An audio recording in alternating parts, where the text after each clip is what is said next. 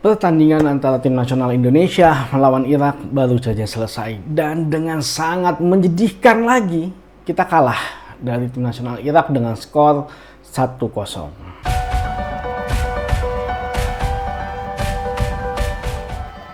Walaupun secara permainan memang berbeda sekali dengan yang kita mainkan ketika kita melawan Arab Saudi, terlihat bahwa sistemnya berjalan.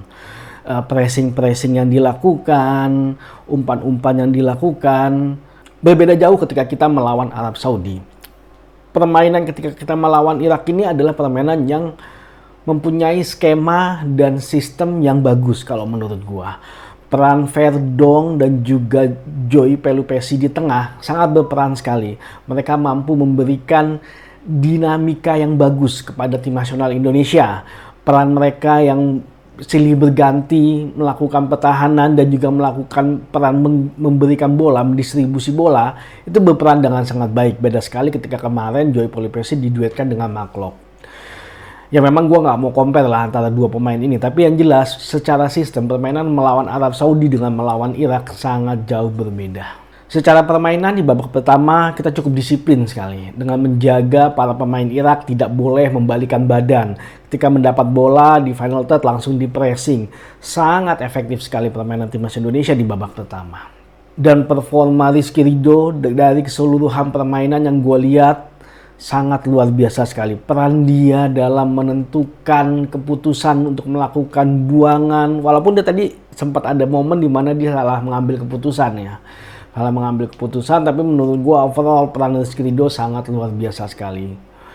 Dan yang jadi masalah adalah ketidaktenangan dan ketidakfokusan.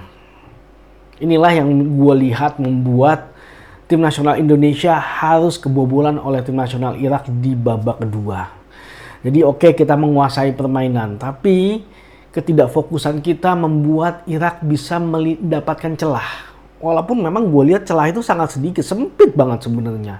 Tapi eksekusinya luar biasa dan Martin Paes tidak mampu menahan bolanya dan akhirnya mereka berhasil unggul lebih dulu.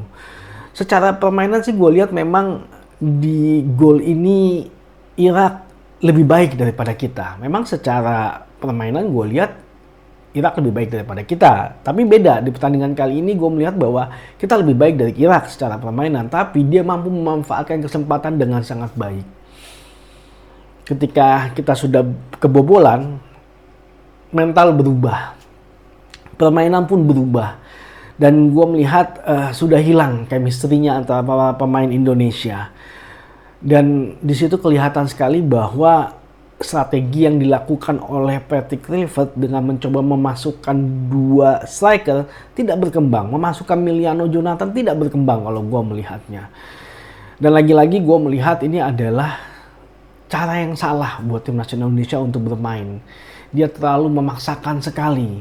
Kita sudah dibangun gitu dengan permainan yang melakukan counter attack dan permainan yang melakukan yang namanya sepak bola defensif dan melakukan respon tidak dipermainkan oleh Patrick Kluivert. Dia hanya mencoba untuk membawa sistemnya mereka.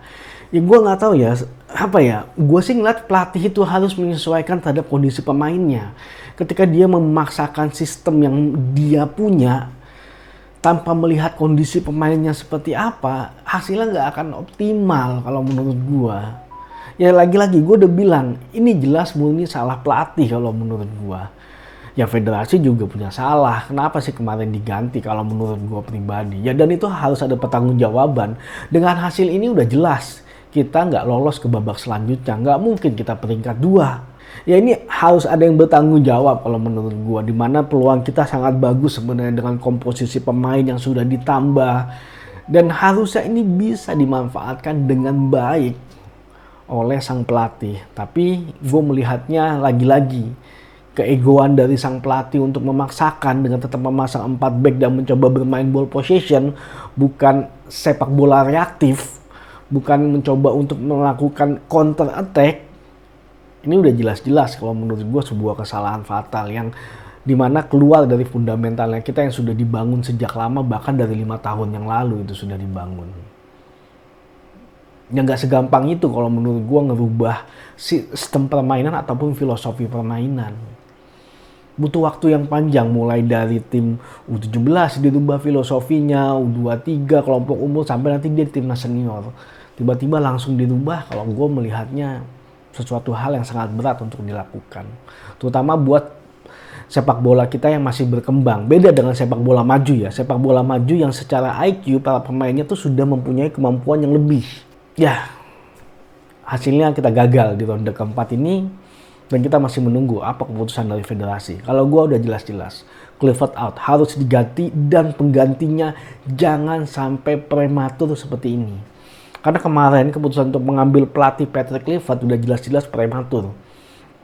Keterpaksaan, karena tidak ada pelatih yang lain kalau gue melihatnya.